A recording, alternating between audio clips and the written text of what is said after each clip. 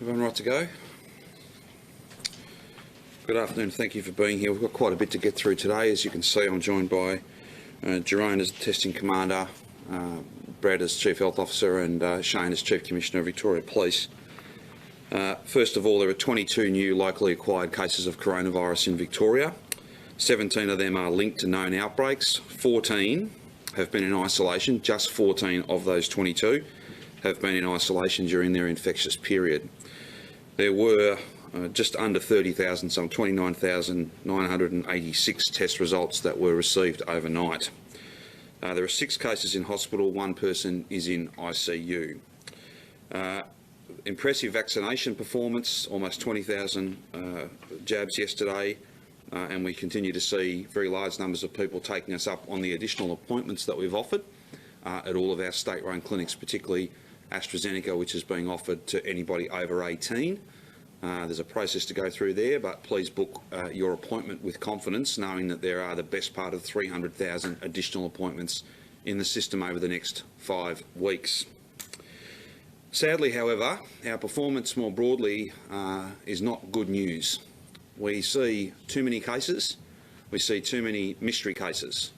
We now have 12 or 13 different chains of transmission. The origins of some are unknown to us. That means that this is spreading in an undetected way across the community. We are at a tipping point. There's simply no option today but to further strengthen this lockdown and to, on the advice of the Chief Health Officer, extend it for a further 2 weeks. That is these arrangements, and I'll go through the tougher conditions, the more onerous requirements as part of a strengthened lockdown will be in place until the 2nd of September. I don't enjoy having to make that decision, and I know that the Chief Health Officer doesn't like to have to provide advice to that end. But we do have too many cases, and we run the risk that if we don't take these steps now, that we will see numbers grow, we will see more and more people in hospital, and we will see similar situation to that which is occurring in other parts of our country. We don't want that. I don't want to have to stand here again and have to report deaths. I don't want to have to stand here and report hundreds and hundreds and hundreds of cases every day, and indeed an equal, perhaps even greater number of people in hospital. And we'll do everything we can to avoid that. Now, before I ask Brett to speak to the rationale and before I detail each of the rule changes, most of which in fact come into effect from 11:59 p.m. tonight, I just want to make a couple of comments about why we find ourselves in this position. It's all very well for us to stand here and say that we'll do everything we can to keep the community safe. It's also all very well, and I'm deeply grateful and so proud of the millions and millions of Melburnians and Victorians who are doing the right thing. But every time even a small number of people make really bad choices, selfish choices, it takes away from the hard work that so many millions more are doing, and it extends these lockdowns because it makes it more likely that we will have more cases. We have greater risk, greater uncertainty, and therefore we have no choice but to follow advice that says we need to go harder and we need to go longer in terms of this lockdown. Now, I want to make a couple of comments about one particular event, but I don't for a moment suggest that it's the only event. We've seen people turning the footpath into an impromptu beer garden and doing pub crawls.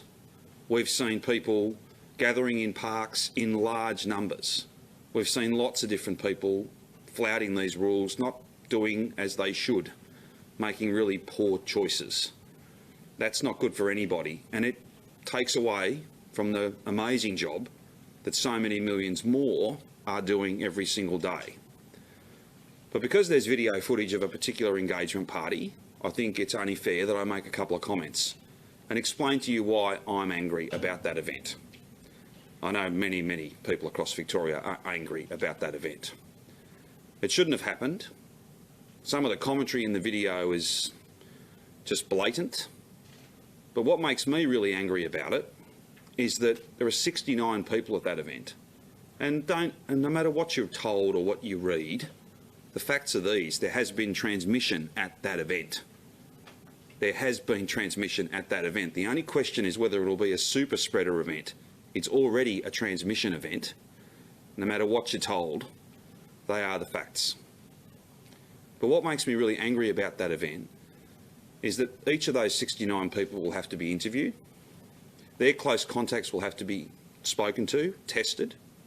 Their close contacts will have to be spoken to and tested. Our contact tracers, who are working their guts out for all of us, will have to spend literally thousands of hours dealing with hundreds and thousands of people connected to that engagement party. That is the work that they must do, but it's all entirely preventable. That's what makes me angry and disappointed. That's what events like that cost all of us. Because while our dedicated contact tracers are doing that work, they're not chasing down other cases. They're not driving down other cases. All of us have to make the best choices to limit the spread of this virus, not making selfish choices that add to its spread. It's very simple. But above all, the thing that makes me angriest is that that event, that sort of conduct, some of the behaviour we've seen over the course of the weekend, it takes away and it devalues the amazing work that millions and millions of Victorians are doing. These settings are tough. This is a tough time. No one is enjoying this lockdown. I know people are weary. I know people are sick and tired of this. But each of us have to find it in ourselves to make good choices for these next couple of weeks, to drive down these case numbers and to be in a position so that we can reopen. I don't want us to finish up like Sydney, where it's fundamentally got away from them. They're not reopening anytime soon. They're locked in until they get pretty much the whole place vaccinated. That's going to take months. We have an option, we have an opportunity to do differently and to do better than that. But we can't do it on our own. We need every Victorian to play their part in that. Millions are. Some are choosing not to, and I just appeal to those people. Please make much better choices. What motivates you, whether it's care for your fellow Victorian, care for those who are closest to you because you don't want to make them sick, or whether it's about avoiding really considerable fines, and the Chief Commissioner will speak to this in a moment, for all of those reasons and more, we're all in this together whether we like it or not. There are no other options. And if people continue to make these sorts of selfish choices, then we will be locked down for longer. I don't want that. No one wants that. That's why I'm appealing to people to follow these rules. Now, very quickly, I've already talked about the extension of this lockdown a further 2 weeks from this Thursday, but we are strengthening the lockdown as well from 11:59 p.m. tonight. There will be a curfew on advice from the Chief Health Officer from 9 p.m. to 5 a.m. each and every day. That comes into effect from tonight. I'm asking people to curfew from 9 p.m. The rules don't kick in until midnight, but I'm asking people to observe that curfew from 9 p.m. tonight. From 11:59 p.m. this evening, all of these changes will become effective. The curfew, obviously, because it's at 9 p.m, we'd ask people to observe that from 9 p.m, even though it doesn't come into legal effect until just before midnight tonight. That is on direct advice from the Chief Health Officer, and he'll be the next to speak, and he can explain to you why he's provided that advice and more. Exercise is just that. It's not an opportunity for 7 families to catch up in the park. It's exercise. So it's you and one other person from your household or dependents. So Kath and I can go for a walk. If our kids were younger, we could take our kids with us. It's not Kath and I going for a walk and then 5 other families all catching up in the park and having a picnic. It's not. There'll be a time for that, but it's not now, because we are running alongside this virus at best. We are not out in front of it. We are not seeing these numbers come down, and we are at a very, very delicate point in this outbreak. There will be no removal of masks to consume alcohol outdoors. So you will no longer be able to remove your mask to drink a cocktail at a pop-up beer garden on a footpath as part of a pub crawl. The VCGLR and I understand Victoria Police are looking at what occurred over the weekend at a number of licensed venues. There's been reviews conducted into the terms of those licences and whether any of those licence holders have done the wrong thing. Again, That makes you angry, but why am I angry about that? Because it devalues the work that thousands of publicans and restaurant owners and bar owners, the good work that they're doing, diligently following COVID-safe protocols, providing takeaway. Take away, not hang around and turn the footpath into a pub. Pubs are shut for a reason. It's not safe for them to be open. It's as simple as that. So often, the poor behaviour, the poor choices of a small number of people, they just devalue all the amazing work that so many more are doing. And I want to give a shout out to our hospo industry who have done it very tough these last 18 months and know and understand that we know as a community that the vast majority of people in that industry are doing the right thing. I just again appeal to everybody across that industry to do the right thing and to make the right choices. But in any event, there'll be no more drinking alcohol with your mask off in those circumstances. That will simply not be permitted. Playgrounds, basketball courts, skate parks and exercise equipment, despite the fact that it's outdoors, will be closed from 11:59 p.m. tonight. This spreads amongst kids and we just can't have those potential transmission sites open. Religious broadcasts, they'll be further limited. Same crew. You can't have a revolving crew every week. It's got to be the same people who produce those broadcasts, as important as they are, each and every time. Permits for authorised work will come back, not from tonight, but there'll be a little bit of leeway so that we can move to that system, but that's from 11:59 p.m. tomorrow night. So if you're an authorised worker, you'll need a permit, just as you did last year. Also, for the purposes of higher education, if you're an authorised student, as it were, for the purposes of attending, some students need to attend their tertiary institution, then you would need a permit. We've done this before. We know it's challenging, but we will do it again because we have to limit the number of people who are moving around, many of whom who are choosing to go to work when they don't need to go to work. They can work from home and they must work from home. That's the position that we find ourselves in, as difficult, as challenging as that is. The construction sector, large projects will be reduced to 25%. Smaller projects will have a maximum of 5 workers. There will be additional restrictions in relation to movement between sites where trades work multiple sites. I won't go through all the detail of that. The sector will be briefed and there'll be a lot of hard work going over the course of the afternoon to make sure that everybody across that sector knows and understands what those changes mean. Again, they've done it before and they'll do it again, and it will be effective again, just as it was last time. Beyond that, can I also just make a couple of comments before I ask Brett to speak to his advice. All of these measures and more, and you've got them with you, and we'll have further information provided for your bulletins and for broadcast later in the day. These are not decisions that are made lightly.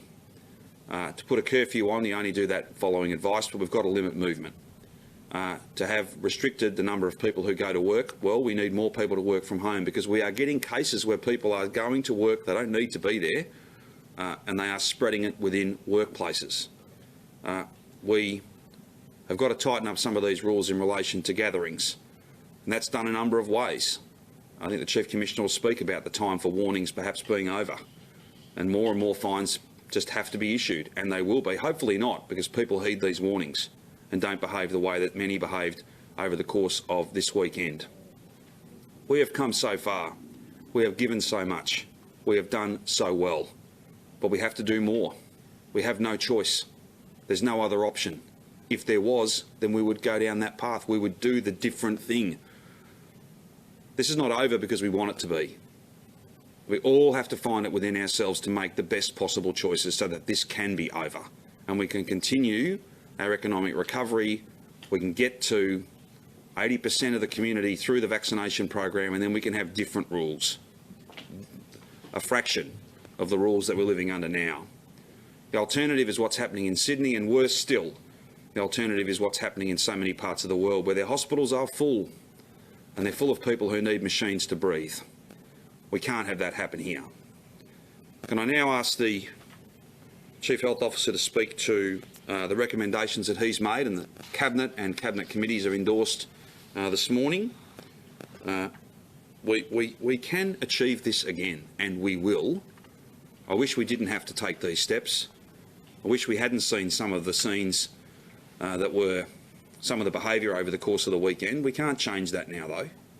But we can all recommit, and despite the difficulty of this and the pressure and the stress and the anxiety and the frustration, sadly none of that works against this virus. Only sticking together, following the rules and proving as stubborn and as determined as this virus, that's what's required of us. And I'm sure we'll step up and do it again. To talk to the advice is provided and the difficult circumstances we face, I'll hand over to the Chief Health Officer. Thank you, Premier. This is certainly a difficult day, and these recommendations and the advice that I've given to Cabinet this morning are certainly difficult decisions and recommendations to make, but they are necessary. And my advice is not in response to any single event. It's in response to a number of things that are showing that we are at the brink and we need to step back from the brink, that we are maybe just keeping up with this outbreak, but we are not ahead of it in the way that we need to be in order to achieve control. It's certainly in response to continued daily cases in their 20s. The newly emergent mystery cases, and we're now getting them every day. They are a particular challenge because they generate exposure sites. People who've just been diagnosed but have been out in the community for essential reasons or for permitted work reasons have therefore exposed a number of others. We need to chase down every single one of those contacts and the hundreds and hundreds of secondary close contacts that get generated, and all of those exposure sites become a risk for people across metropolitan Melbourne and potentially beyond. We absolutely need to do more to address those gatherings that we have seen and spoken of this morning that might individually look like lower risk events. They might look like they won't be a driver of transmission, but collectively they are part of the really substantial challenge that we're facing in having additional cases each and every day. We take all of those elements together as a whole, and these additional measures are also taken as a whole. They are a suite of measures that we know need to work in concert to be able to drive cases back down. And it has always been the case that it's not just the policy elements, it is not just the communications or engagement, it's not just the compliance and enforcement, it is the work of all Victorians together that has meant that we've been successful 5 times previously, including one of the most challenging and indeed one of the most successful responses to a wave in the world last year. So we know that the principles that underlie these new directions are ones that can be successful and will be successful if we all pull together and if we all recognise that we are right on the cliff edge here, but that if we can pull back from it, we can absolutely get to the finish line that we know we want to get to. That's not just getting to the 80% vaccination coverage, but before that point in time, we can also enjoy the freedoms that we've had on and off for months and months over the last 18 months. But let's not kid ourselves. There have been breaches, there have been people bending the rules that put us all at risk. And so we have to tighten those elements and we have to recommit ourselves to doing as much as we possibly can in this period of time to get to where we know we need to be. Because a grumbling few cases now is the hundreds in a fortnight or the thousands in a month. And the challenge is substantial. More cases today in Darwin, more cases in Canberra, significantly more cases in Canberra. The Delta variant is not the same challenge. It is a step-up challenge, and we need to step up to meet that challenge. We have seen transmission in workplace settings, so those tighter restrictions in the workplace where you really need that explicit permission is that check. It's that check for each and every one of us to say, am I absolutely required in a workplace setting rather than from home. So the directions will come in force at 11:59 p.m. tonight, but the permit will not be required for another 24 hours. But do the right thing and work from home if you can. But the paperwork is not required for another 24 hours. On top of the new settings that the Premier's announced, I do want to say this one key thing. This virus is infectious before you have symptoms. So wearing a mask is always important. Limiting your interaction with other people is always important because you may have no symptoms, you might be about to develop symptoms, or you may never get symptoms, but you are still infectious. But you can be particularly infectious as those symptoms begin. So each and every person should ask themselves every day, have I had minor symptoms, mild symptoms in the last few days? Have I woken up this morning with the mildest of symptoms? Just the beginnings of a runny nose, just a scratchy throat, the beginning of a cough, a headache. If you have any of those, even mildly, please get tested. That is what will uncover these chains of transmission that we haven't found. That is what allows us to get in front of this virus and all of the chains of transmission that we have done successfully when we know and have identified them. Early notification is absolutely critical. We're doing 29,000, 30,000 tests per day. The system could take 40,000, 50,000 tests per day. So don't be shy about it. The waiting times are not excessive. They will change in different suburbs according to different exposure sites. But by and large, there is no waiting time that is greater than 60 minutes. If you have to drive another 20 minutes to save an hour in waiting, you can do that. For the purpose of testing, you can leave home. Of course, I'm disappointed to be here where we are, but again, I know how successful we've been. I know that the underlying principles of following these directions, of limiting our movements as hard as it is on our families, on our mental health, on all of those human needs that we have for interaction. If we don't do it now, and if we can't get ahead of it, the long, long tail of this will be even worse for us. As the Premier said, if we could choose differently, we would choose differently. But when the options are driving this down to zero and then having the freedom to see our families, our loved ones, our friends again, or to see cases spiral into their hundreds and then their thousands, we have to make this choice. As difficult as it is and as tough as an extension is right now, we can get there, and the finish line, the light at the end of the tunnel, with a time to buy, more people getting vaccinated, and to be on track for 1 million vaccinations over the next 5 weeks. These are positive developments, but we have to drive our current outbreak down now in order to buy us that time so that we can all be safe. I'll pass to the Commissioner. Thank you.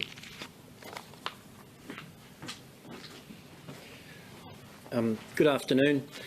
I'm here, obviously, I'm going to talk today about the enforcement approach that we've taken up until this time, some of the incidents that we've seen that are really concerning to us over the past week, and what our enforcement approach will be moving forward.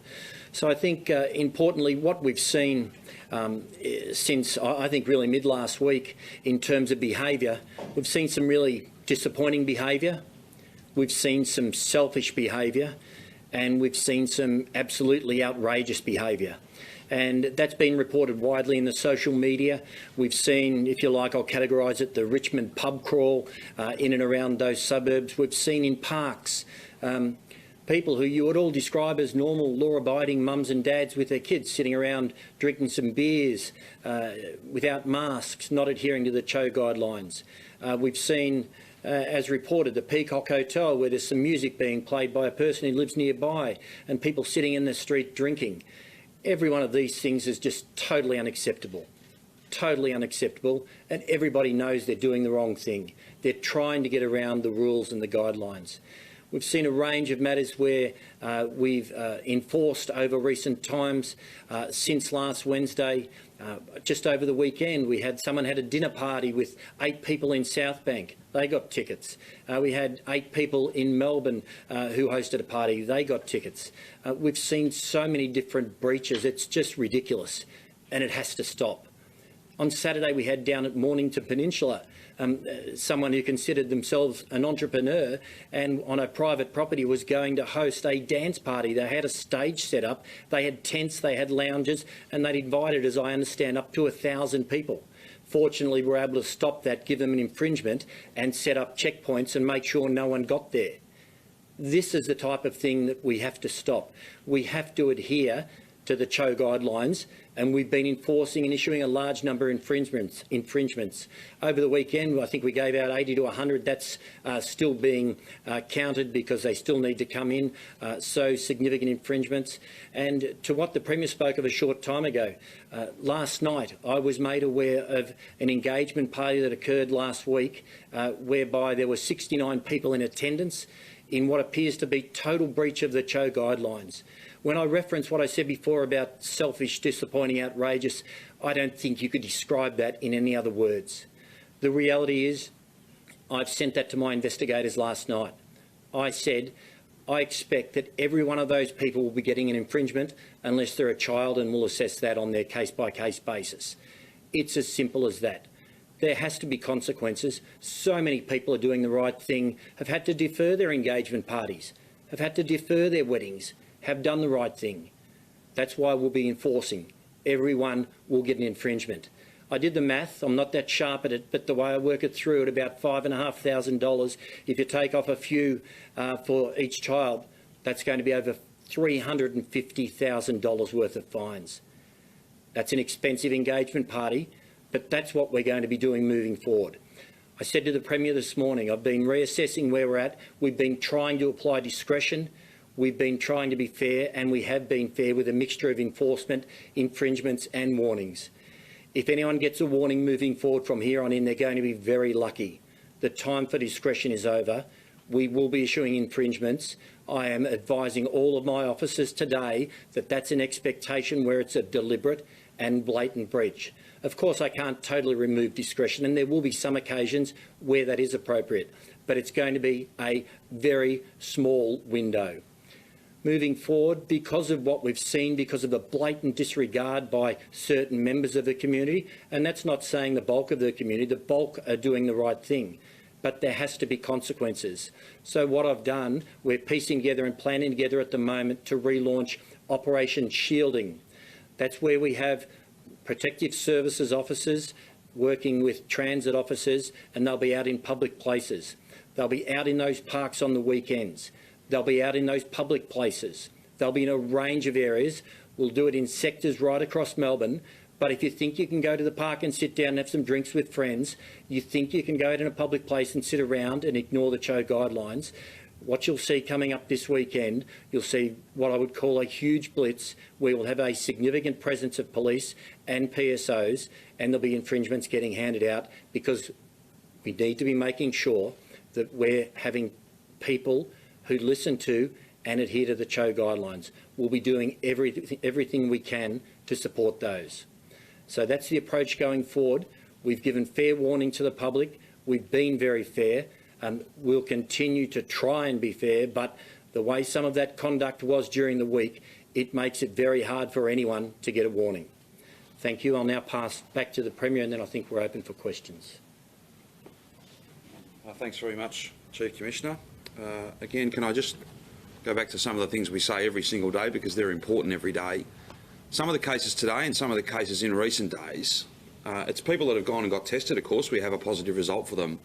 But in interviewing them, they're telling us about the fact that they had symptoms for 2 or 3 days. You've got to get tested before you give this to someone else. You've got to get tested before you spread this virus unknowingly. If you've got any symptoms, the advice from the doctors is very clear. There's so little cold and flu around that if you've got symptoms, you've got COVID. That's what you have to assume. Hopefully you don't. But we don't want to see people, as we're interviewing them, telling us stories about, oh yes, well actually I've been a bit crook for the last 4 days. So please ask people, act on those symptoms as soon as you get them. Get tested. 98, 99% of results are back the following day. As Brett just said, the queues are not that long, and you're doing such an important thing for your family and every single family. I don't want today to be all about the really poor choices, the really bad choices that a small number of people have made, although I don't think it's any one group, it's not any one party, any one event. It's happening a bit, but it shouldn't take away from the amazing work that so many millions of Victorians are doing, the sacrifice, the pain, the challenges that they're rising to. You know, I'm very proud and very grateful. But sadly, the fight against this virus, you're as strong as the weakest link. And if people are out there doing selfish things, then the virus will spread. We don't want that. We simply don't. There's been a lot of transmission in indoor settings, particularly in, I guess, home gatherings that have already been illegal. How will these crackdowns crack down on illegal home gatherings, something that unfortunately is really difficult to police? Well, it certainly is difficult, but you know, I find it's not. I'm not comfortable necessarily appealing to Victorians to be dobbing people in, but you know, if the house 4 doors down from you's got half a dozen cars out the front, or your next door neighbour's making, you know, it's clear they're having people over, well then they're not doing the right thing by you. They're not doing the right thing by anyone. They're in fact doing the wrong thing. There are many calls to the police assistance line, and police act on them. Police act on them. So the notion that you could have a party, have a gathering and not finish up in trouble, well, that's not a smart judgment. Because as I've said a few times, you'll be found, you'll be fined, and as one particular family's learning, you become famous. Yeah. Although I'm not here today, frankly, to cop this notion that they're somehow the victim in this. Like, seriously. Seriously. They've done the wrong thing, and people have views about that, particularly when so many are doing the right thing. And as the Chief Commissioner said, how many engagements have been postponed? How many weddings haven't happened? How many funerals have happened with a handful of people? It's selfish. They are shitty choices, and they will keep us all locked down for longer than we should be. I'm angry. We're all angry. Most of all, I'm angry because it takes away from the brilliant work that millions of Victorians are doing every single day. Premier, can I just ask you to address some of the really tough commentary that is coming? I mean, you just used a word you wouldn't normally use. Everyone's upset with their family. I'd like to use lots of other words, but I won't. I understand. Because it's, you know. And there's some really ugly commentary about the Jewish community. I just want to know if there's anything you can... I'm glad you raised that. Would it make a difference if you addressed it? Yeah, sure. I wasn't going to raise the issue because that in itself can be seen as a commentary, but you've raised it, Raf. I've spoken with a number of Jewish community leaders, and I want to thank the Jewish community and their leadership for the way they've called this out. This is not the Jewish community. This is not an act of faith. This is not part of any cultural practice. This is just bad behaviour. Bad behaviour, and I know for a fact, we all do. The vast majority of the Jewish community, Melbourne and Victoria's proud Jewish community, are doing the right thing. And that's why they, as a community, are so angry as well. And they've shared their views with these people, with this particular group. We can't change what has occurred. We can only make better choices for the future. Whatever motivates that, a sense of looking out for each other, a sense of protecting yourself and your family, a sense that you might like to avoid a really steep fine. Like, it's $5.5 grand for every one of the people that were there. For whatever reason, all of those reasons perhaps, we have no choice but to follow these rules and make sure that we drive these case numbers down. But I wouldn't want anyone to look at that conduct and reflect upon the broader Jewish community. I wouldn't want anyone, no matter what the example was. These are not acts of faith or culture. This is just a bad choice made by a group of people, and they will now pay a very significant price for that. And maybe the price will be much higher than $350,000. The fine might be the least of their worries in terms of the embarrassment and all the other stuff they're dealing with. I'm sure if they had their time again, they'd make a different choice. Problem is, we don't get to do that rewind. How confident are you, though, this is actually going to work? Everyone's exhausted. There's a reason a lot of people are breaking the rules. So are you actually confident that cracking down like this will work? I'm confident that we will reduce the amount of poor choices that are being made. Can I guarantee that 100% of people will do the right thing 100% of the time? No, I think that would be a foolish thing to assume. But we will drive down the number of really selfish acts and those acts that put everything at risk. And again, I can't stress this enough. And I've said it a few times, and maybe I'll say it a few more before we leave today. I'm here to say how proud I am of the vast majority, the vast majority of people who are doing the right thing.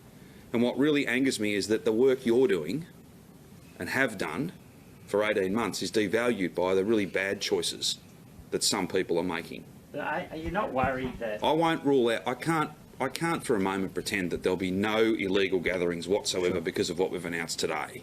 Can I ask you But to I think you'd be address one? unwise, though. You'd be unwise to plan one and attend one and assume that you won't get caught, because there's every chance you will. How are we going? And you'll be locked down for longer too. Yeah. I just wanted to know if you think it's a problem. There's clearly some people who are angry and not compliant. Do you worry that by making the rules tighter, you might actually encourage Sorry, I the people who are a misunderstood your bit question, upset, and they might actually, oh well, stuff you, I'm going to go and do it. We're all angry to be in this predicament again, and I wish the thing had not come from New South Wales. I wish that we didn't have an outbreak. I wish that we were all vaccinated like yesterday. But again, getting angry doesn't work against this thing. And if your anger and your frustration is presented by breaking the rules, then you're not contributing to getting out of lockdown. You're contributing to being in lockdown for longer. Like, it makes no sense at all. I know people are doing it tough. All of us are. It's a long, hard slog. If we had other options, if there was some other strategy, if there was a warehouse full of vaccine, that'd be different. There isn't. If this Delta variant could be defeated some other way, of course we would do that. All I can do is be clear and straight with people, be as direct and as frank as I can be. This is a very, very difficult set of circumstances we face. And we either, all of us, make better choices and work really hard and find it within ourselves to get through these next couple of weeks and drive these numbers down, or these numbers are going to go the wrong way. Have a look at Sydney. Look what Sydney's dealing with. We don't want that here, and we've all got to play a part to achieve that. That's been a constant message from... Simon. Thanks, Premier. How are we going with solving mystery cases at the moment? And from what you've said about the contact tracers now having to focus on this party, is that ability to investigate the mystery cases diminished by that? Well, the best thing to do is to limit mystery cases. So every bit of coronavirus detective work that you do prevents cases from transmitting and more mystery cases being created, if that makes sense. Chasing down every lead, chasing down every chain of transmission and finding every link in that chain is incredibly important. They'll step up to the task. I'm not saying that they'll be compromised because of this event. I'm just saying there's so many thousands of hours of work that will need to be done by people who are professional and just so impressive. And they need not have had to do that work. If different choices have been made, they wouldn't have to do that work. That makes me angry. If all of us followed the rules, or even our best efforts to follow the rules, then we'd have less cases and we wouldn't necessarily have to be here today extending this lockdown. I'm not here to blame people. I'm here to praise the vast, vast majority who are doing the right thing. But I wouldn't be doing my job if I didn't call out those who aren't, in a hope that that can motivate people to can't change what's happened, but make better choices for the future. We continue to chase down all those mysteries. I don't have any updates on any of those riddles being solved, but there's a team working on that very hard. And one of the tasks is to prevent further mystery cases coming forward, which is why these contact tracers work every day, every hour of every day. Just because it's critical information to those at home. If we get a breakthrough in any of those, we'll be more than happy to tell you. On today's cases, Sorry? Can we get the breakdown on today's cases certainly. if available? Jerome's been sitting here patiently. He'd be more than happy to come up and take you through all of them A to Z, Simon. Or do you want to keep going this way and then we'll do that at the end, or I'm in your hands? Yeah. I do that at the end. Parents do it at the end. Parents are going to be pretty upset. Sorry, mate, I think you're outvoted. Parents are going to be pretty upset about the playgrounds. Yes.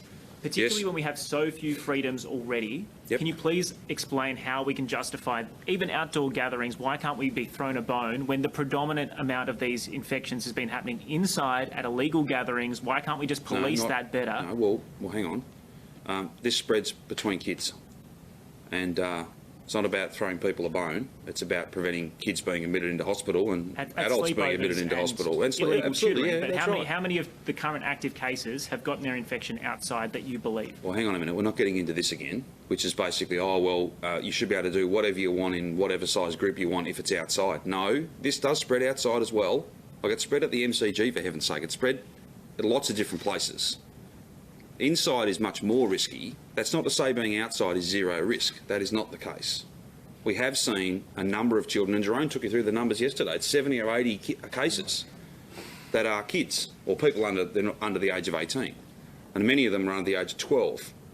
So the world tells us, and our own experience tells us, that this does spread amongst children, and I don't think we want any kids to be getting this, let alone many children getting it. No one's saying it doesn't spread and the between judgment, kids. and Brett can speak to this. The judgment is from the Chief Health Officer and his team that areas where large numbers of kids will congregate over time, where it's simply impossible to disinfect the space between different groups, all of that, and groups forming and all of those issues is too great a risk. Again, no one's pleased to have to make that decision, but they're all risk-based, and they're all based on evidence and experience here, and indeed experience in other parts of the world. But to talk about playgrounds specifically, I'm happy to throw to the Chief.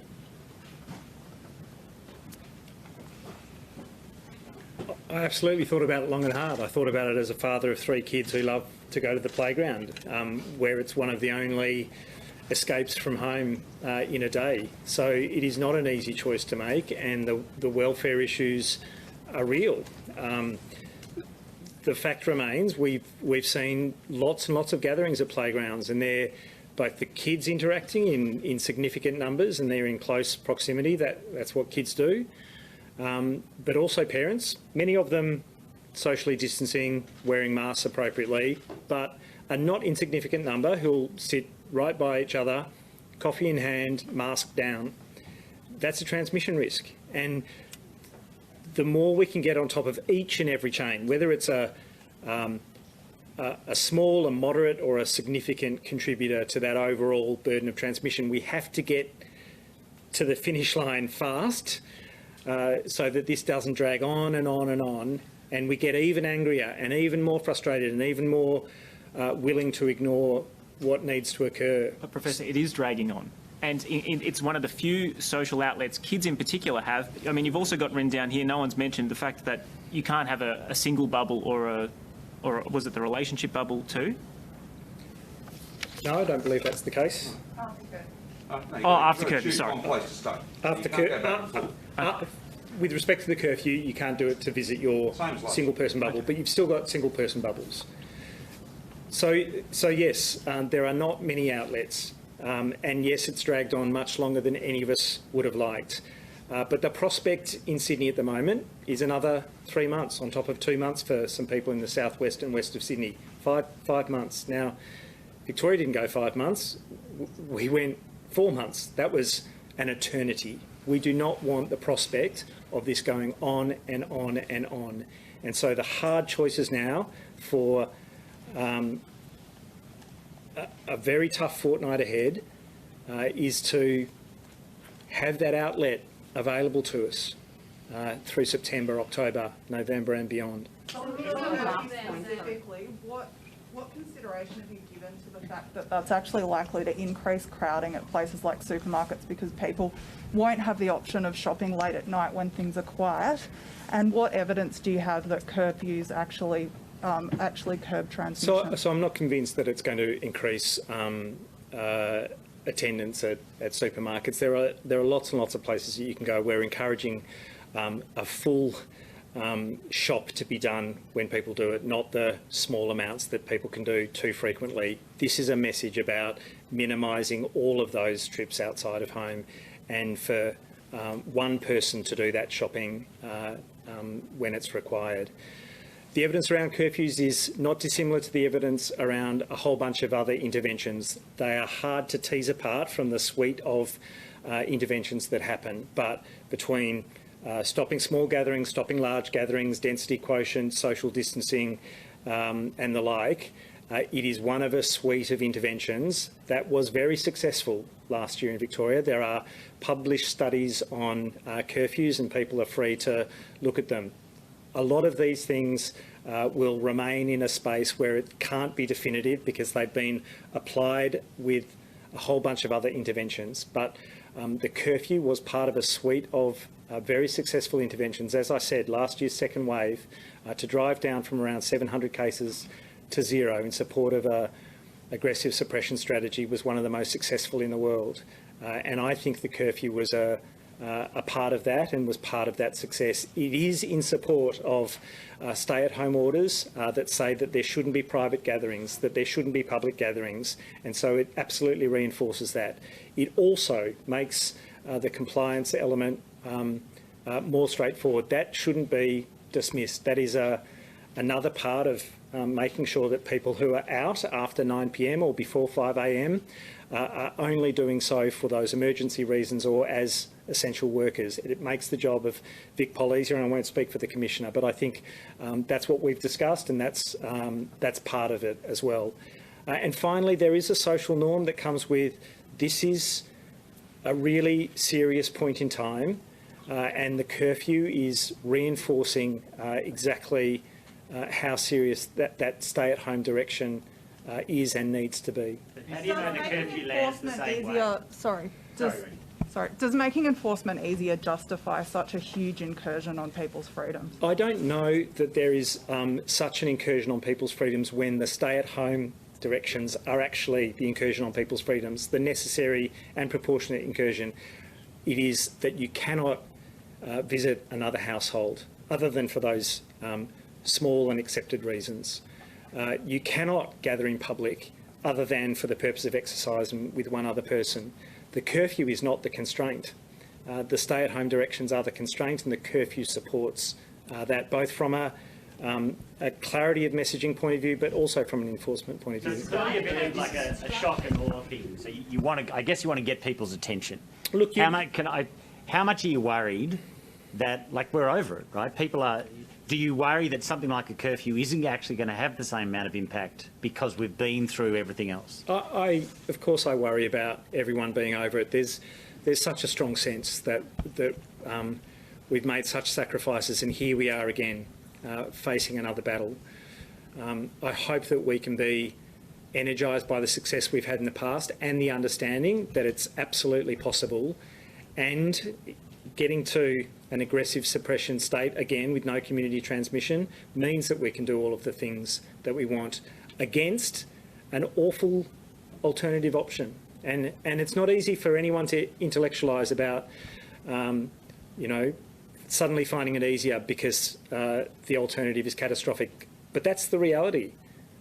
So last time we had a curfew, there were 700 cases, there was months of lockdown ahead of us.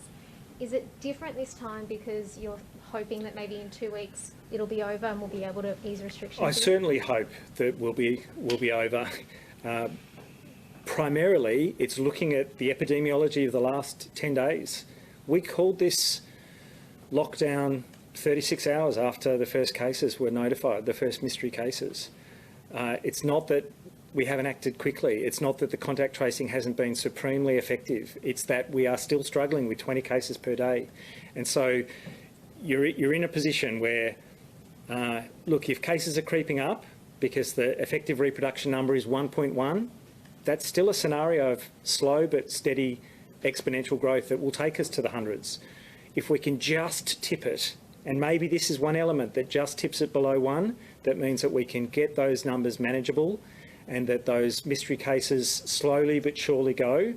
That's a really important additional measure, if that's the difference between failing and winning. Because we haven't seen like a doubling in cases. No, we haven't seen doubling in cases, but I don't want us to be at 25 through September, October, November, December under stay-at-home orders, because that would be intolerable for everyone. This is potentially going to be a very tough and potentially traumatising time for Victorians, particularly when it comes to mental health, Professor. Can you give some advice to Victorians that may need that support over this difficult fortnight? I'm not the professional, but please reach out. Please reach out to those who can support you. Within your own family, speak to your struggles. Within your circle of friends, through the social media and correspondence that you'll have, picking up the phone, getting on a Zoom call, please reach out and speak to your struggles and ask for the support of those who can help you. And for anyone who needs professional support, please reach out. Pick up the phone, call Lifeline, call Headspace, speak to those individuals who are there to support you. I know that this is not making anything easier with respect to mental health. As I have always done, I am balancing it against the awful prospect of months and months of this, which would be catastrophic for mental health. So all I can say is what awful choices, and to impose them and to be the decision maker in that regard is a heavy burden for me. But by God, I don't want people to have to suffer this for months and months to come. The most vulnerable members of our community have had months to get vaccinated, the oldest people and the sickest people. These lockdowns are likely to have the highest mental health impact on younger, less vulnerable members of society. How did that factor into your considerations? Well, we've always wanted to protect those most at risk of dying at the earliest point when vaccines were available. That's the advice of the ATAGI and AHPPC in the Commonwealth with the vaccination program. That's really critical. People had a 1 in 3 chance of dying in an aged care facility with an outbreak. If New South Wales had gone through its current outbreak without aged care residents being vaccinated, they would have had at least as many deaths as Victoria. So that's important. We absolutely have to get to a point where everyone is getting vaccinated now. We will do that as soon as supply allows. We are encouraging 1 million people to get vaccinated over the next 5 weeks. That's critically important. That will also help getting on top of this and protecting us from having substantial outbreaks in future and needing to have lockdowns. The Doherty modelling suggests that it becomes much, much less likely at 70% 2-dose coverage and virtually not required at 80% 2-dose coverage. We can get there. Why the change to construction? The messaging around COVID cases testing has been incredibly consistent for the last 18 months. We know what to do. We know what happened last year. We saw what's happening around the world and in Sydney as well. Most of these transmission are occurring in gatherings that are already illegal. How do you actually, from a public health point of view, how do you get the message across to those people who are blatantly and flagrantly disregarding the rules and who may not follow them? Look, I think we're trying to understand what people's motivations might be. For some people, we'll never reach them, and we know that. All we can do is use the compliance of the public health response. But mostly I want to provide the clarity and consistency and call out in the messaging. If you think the risk doesn't apply to you, you will be surprised. We've got primary close contacts stretching across the whole of metropolitan Melbourne, right down to the Mornington Peninsula, who maybe thought they weren't at risk, and to regional Victoria, where people have moved in and out. Not cases in regional Victoria, we've protected it, but primary close contacts stretching across the whole of metropolitan Melbourne. One of the reasons people say, oh, I will just see my family member or I'll just jump over the fence and see a neighbour, is because they think the risk is not in their neighbourhood or doesn't apply to them as a population group or as an ethnic group or as a age group. And so I would just say, please understand that you will be surprised if you think the risk doesn't apply to you. You will be surprised if you think it's just a runny nose, it's mild, how could that be COVID? COVID puts people into hospital. Well, COVID puts people into ICU and it puts some people into hospital, but for other people it is just a scratchy throat and it is just a mild headache or just a runny nose. Right. If you think that that doesn't apply to you and that that couldn't be COVID, you are wrong. Last year we had the issue of a casualised workforce, people going to work because otherwise they wouldn't have been able to put food on the table. That problem we largely solved through isolation and testing payments. During this particular wave, there are people, and I know I'm repeating myself, but clearly breaching the rules because they don't care. How do we reach out to those people and how do we tighten rules around those particular groups of people? Is it a bit of a philosophical question? It's a challenge. It is supported by both Commonwealth and state financial support. But again, I would say it's our collective responsibility to try and reinforce those messages as well. So if you as a family member are seeing that, if you as a neighbour, if you as a loved one, if you're getting that invitation to break the rules, to be invited somewhere, call it out and reinforce to those that you love and those that you know that the path here to success is the same path that we've taken every time. People doing the right thing in the vast majority of cases. But I'll think about. Can we ask one more for the? We don't want to see, right? Let's be really clear about this. We certainly don't want to be like Sydney, where there's hundreds and hundreds and hundreds of cases a day, and thousands of cases across the outbreak, and then hundreds of people in hospital, and many of them needing a machine to breathe, and having to stand up here reporting deaths every day. We don't want to do that. We've been there. We don't want to go back to that. But we also don't want to be in this terrible limbo where we don't crush these cases down to zero or a very low number, or at least any new cases we're isolating while they were infectious, and we're stuck with these settings for almost as long as New South Wales. That's not the definition of success. That's why we're going harder today. It's why we do need more time, because we keep seeing more and more cases come forward. And all I'd say to those people who have been breaking the rules, by doing that, you'll add to the number of cases and you'll add to the number of weeks that we're all locked down. You don't have the right to make that choice. That is not your choice to make. And therefore, we all have to find it within ourselves to get through this, to support each other, to care for each other. And the best way we do that is to follow the rules. Now, will we get 100% compliance? Probably on no issue will you get 100% compliance. But I do think what the Chief Commissioner has said, the rules that have been announced today on advice from the Chief Health Officer, and the fact that, I reckon that engagement, if they had their time again, knowing that it had cost them 300 grand, I reckon they might not have it. So it'll be there. I think people will make better decisions. That's what I'm asking for. It's what I'm appealing for. And if you choose to not do that, if you choose to go another way, then there's every chance that law enforcement will deal with you. Can I just ask a quick one to the Chief Health Officer, just about the genomic mapping? Jerome said a few things over the weekend about where these cases might come from.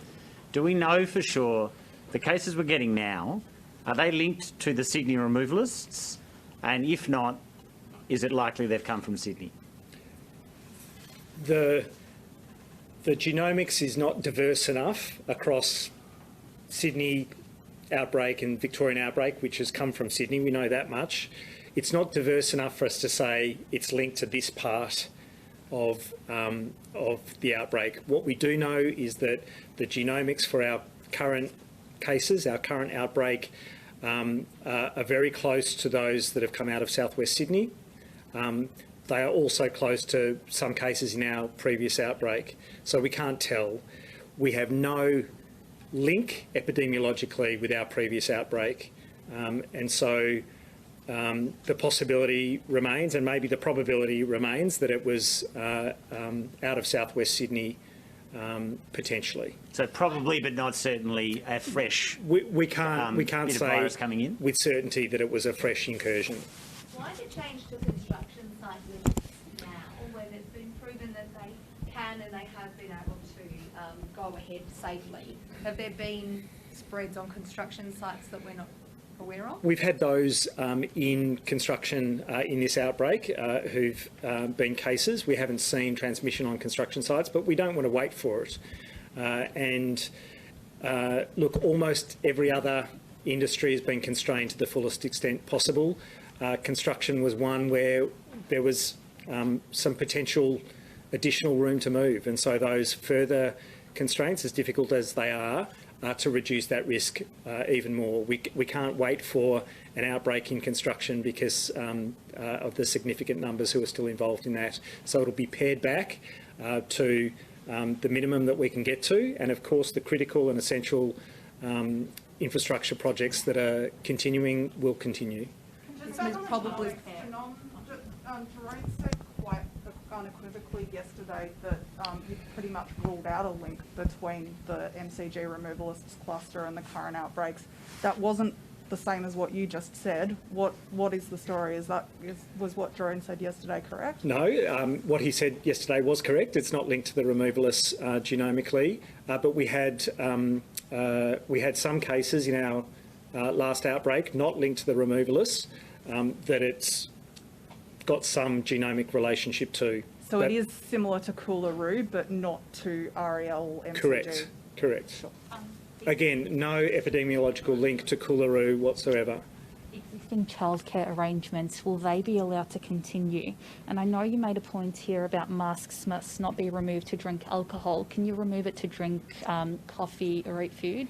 Yeah, we're asking people to do the best that they possibly can, to apply common sense.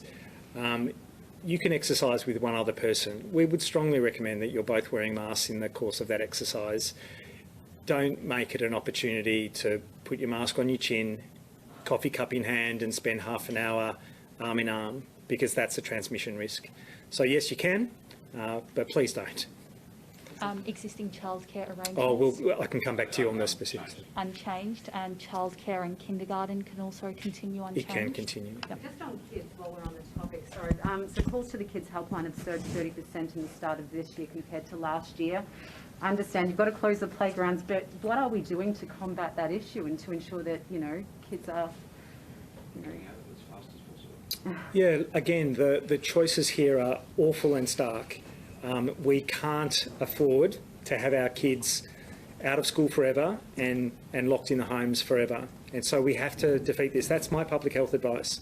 All the support of mental health agencies, and there's been significant government support, is to try and support kids through this as well. Schools in their online learning are also reaching out to kids to support them in the fullest way possible, not just to provide teaching opportunities, but to check in on them, and that's a really important thing as well. There's no escaping that this is not how, as human beings, we were designed to live, or that it's not profoundly challenging to our mental health. But getting out of it is the solution as much as anything. What is the plan for schools? I understand at the moment we're in lockdown and they can't, and it won't be reconsidered that they would open during that.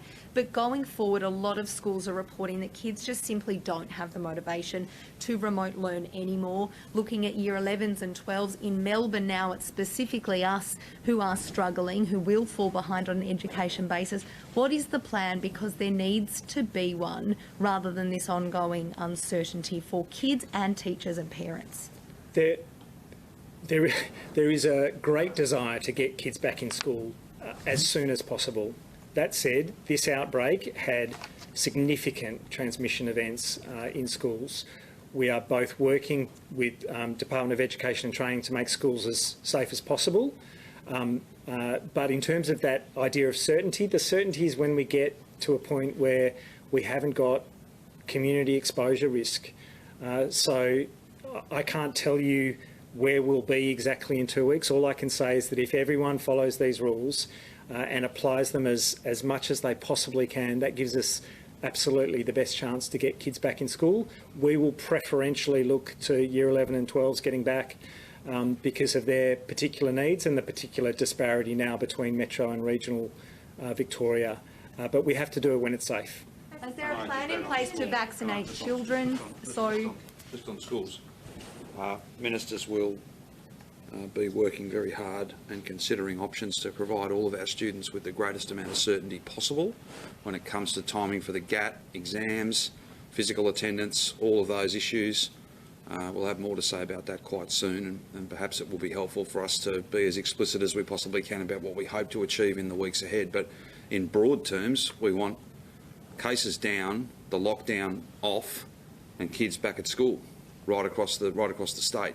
The choice is not between being at school and not being at school. The choice right now is between this bubbling along for the rest of the year, where no one's going to school in Melbourne, and something much better than that. That's our fundamental choice. And I think if we all play our part, then because we've done it before. It's not an academic thing. We've done it before. We will drive these numbers down, and then we can have kids back at school. That's where we want them. Absolutely, that's where we want them. That's where parents want them. I'm certain of that, as well as teachers and staff. And we give a shout out to every mum and dad who's at home, essentially homeschooling their kids. And we give a shout out to all of our students for the quite extraordinary 2 years they've had. And of course to teachers and staff for the work that they're doing. Best thing to do is get cases down. I'm confident we will achieve that these next couple of weeks if we all work together, and then we can have kids back. That's what we're working towards. But now we're seeing the outbreak in a younger cohort of people. Will that impact how we move forward? Oh, look, we try and respond to the different phases this virus has been through. You know, Delta, the principal thing with Delta is that it just moves so fast. You know, as I said before, you know, if only this thing was fair, like it isn't. There's nothing fair about having people locked out of our state and having Melburnians locked into their homes. I'm not proposing that that's easy. I'm not pretending that that's something that any of us are enjoying. It's incredibly painful and challenging. But the alternative, and there really is only one alternative, and that's what Sydney's going through at the moment, and worse. We don't want that. We have a very good chance of avoiding that. We've just got to find it in ourselves these next couple of weeks to push through. And I'm confident Victorians will. And kids aren't part of the vaccination plan at the moment. Sorry? When kids aren't part of the vaccination plan at the moment, how can we stop, realistically, this ever coming back into schools, even if we hit our vaccination targets? Younger people are getting the virus. That means it's going to be rife in schools if they're not vaccinated. Yeah, but hang on, there's a lot of people that are not vaccinated. And as more and more of them get vaccinated, and we saw some announcements coming out of the federal government just recently in relation to vulnerable children, many hundreds of thousands, I think, across the whole nation of vulnerable kids aged 12 and older. That was the approvals were there. It's rather an academic discussion at the moment, though, if I can put it that way, because even if we made a decision tomorrow that every single child was going to get vaccinated, we don't have the vaccines here. As I said before, I'd love nothing more than to have warehouses full of vaccines. I don't have that, but I can't change that. All we can do is get as much vaccine as we have into people's arms. We're doing that. 300,000, almost 300,000 additional appointments, 18 and over, Pfizer, AstraZeneca, both safe. Best vaccine's the one you can get today. Please don't delay. Book with confidence, and we'll get those million jabs, perhaps more, into people's arms over the next 5 weeks. Then we start to see Moderna arriving, more Pfizer arriving, and I'm confident that the total numbers of people in the different age groups that are eligible, that will expand and increase, as it has all the way through. It's only last Friday, I think, that I announced, Friday week ago, that I announced that we would be, we'd have our first drive-through site, first one in the country, that we do 18 to 39-year-olds for AstraZeneca. The day before that, nobody in those age groups were getting AstraZeneca through our clinics. So it has grown and it has changed. And as soon as we get the supplies from the Commonwealth, we'll be doing everything we can with our pharmacists and our GPs as well to get as many people vaccinated as possible. On that, there's reports this morning that some of those state-run sites that are now meant to be offering the AstraZeneca to under 40s as well, there are reports this morning that some of them still aren't doing that. Do you know anything about that? I don't have an update on that. I know that it's not like a switch you just flick and suddenly go. We had none, then we went to 9, then we're rolling out to everybody. It's a booking system. It's not about walk-ups. So we're expanding that as fast as we can. The good thing is, though, through those appointments, so it was about 200,000 last Friday that we added in, and then I announced on Sunday, yesterday, another 84,000, I think was the number. So we're up to almost 300,000 additional appointments. That'll be at all of our centres over time, but I'm happy to, if you've got any specifics you want to give us, we can absolutely follow that up. Has there been any consideration? Has there been any consideration of? Has there been any consideration to? Then we're going to come to Samaya. Well, I'm trying. Sorry. Has there been any consideration to reducing the amount of people coming in on overseas flights into Melbourne? Not at this stage. Not at this stage. And I think I've demonstrated a willingness to use that if I have to. I don't think we need to do that right now. Can I thank our CQV staff for all the people that they're looking after at the moment that are not tourists. They're not people who've come from overseas. They're people who've moved out of their own homes because it's not safe to try and quarantine there. They're doing a fantastic job. We can keep the numbers as they are, but as soon as I got advice to change that, then I would regrettably have to write to the Prime Minister and do that. And what does today's announcements mean for the crowds potentially at the AFL finals? Are they off the table? It's too early to say. Grand final, what's your thinking on that at the moment? Look, it's too early to say. What I'm most concerned about now is all of us pulling together, finding it within ourselves to drive these numbers down. And that gives us options. It gives us options to have kids at school, to have businesses open, to have people back at work, to have footy games with crowds and a million other things. We have lots of options once we drive these cases down. If we don't drive them down, then we're going to finish up like Sydney. Locked in for months. We've done that. We don't want to do it again. Have you received more information from Bridget. Have you received more information from the Prime Minister regarding the extra Pfizer doses from Poland? And on that note, our COVID situation and restriction has changed considerably since yesterday. Yes. Will you advocate for a greater share of those extra Pfizer doses? Well, I can say that I don't have answers to those excellent questions that you asked yesterday. I didn't have them then and I haven't got them since. That doesn't mean somebody else in our show hasn't got those answers. I haven't had a chance to inquire for you, but I will. We have had it confirmed now that we're getting about 175,000 of those 1 million. Again, I'm not here to speak for the Commonwealth Government. They can speak for themselves, but I would just make the point, I feel obliged to make the point, that I think the pitch to Poland was that Sydney was where Sydney's at, and therefore they had a greater need than whatever community in Poland that would have got those doses had. So I'm not quibbling with that. I've always said that if you've got the greatest need, then you should get the greatest amount of support. But it's got to be viewed within... The reason I'm not complaining about that is because we've got a framework.